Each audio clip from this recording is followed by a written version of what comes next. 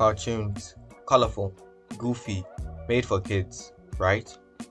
Yeah, until they start talking about death, identity crisis, and the slow, soul crushing process of growing up.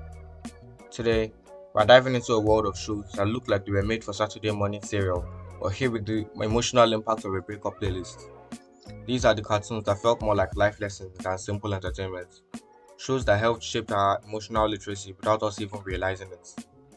If you've ever found yourself weirdly emotional over a cartoon character's backstory, you're not alone. Some of these shows marked philosophical depth and psychological trauma with bright colors and quirky animation styles. Let's unpack the magic. Before we go on, if you like this kind of content, hit that like button, subscribe, and comment if you think I missed anything. This really helps me out and lets me know that you enjoyed the video. If you don't know what to comment, just comment acid. Thank you, and let's get started.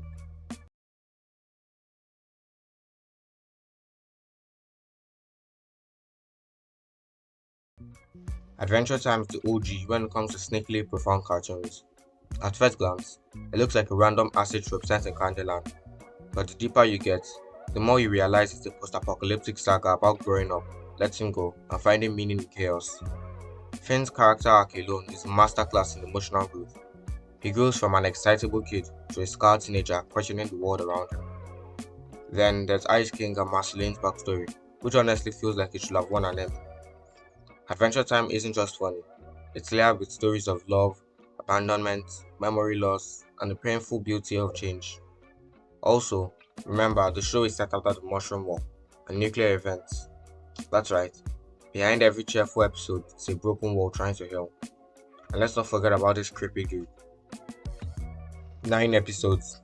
That's all it took for Over the Garden Wall to become one of the most hauntingly beautiful animated series of all time. What started out as a whimsical, almost fairy tale like journey through the woods turned into a symbolic exploration of purgatory, guilt, and death. Roach and Greg aren't just lost in the forest, they're lost in their own personal limbo, and the beast is a manifestation of despair. Every detail, from the eerie Americana style art to the cryptic dialogue, serves a purpose. The lantern represents burden, the woods represent fear of the unknown, and the journey is about accepting responsibility and finding hope. It's poetic, it's profound, and it's aired on Cartoon Network. Madness. Steven Universe is what happens when you mix a magical girl anime with a deep dive into generational trauma and emotional intelligence. At first, it seems simple. Steven is a kid with powers, saving the world with his gem friends. But episode by episode, peels back layers, revealing Steven's struggles with identity, the consequences of inherited trauma, and the imperfections of the people we love. The songs, yeah, they slap, but they also say things like, I don't know who I am without you, and it's over, isn't it? That's heartbreak in melody form. By the time Steven Universe Future drops, we're not just talking about monsters and battles, we're talking about therapy, PTSD, and learning to love yourself after everything you've been through. It's a show about healing, and honestly, it helped a lot of us start that process.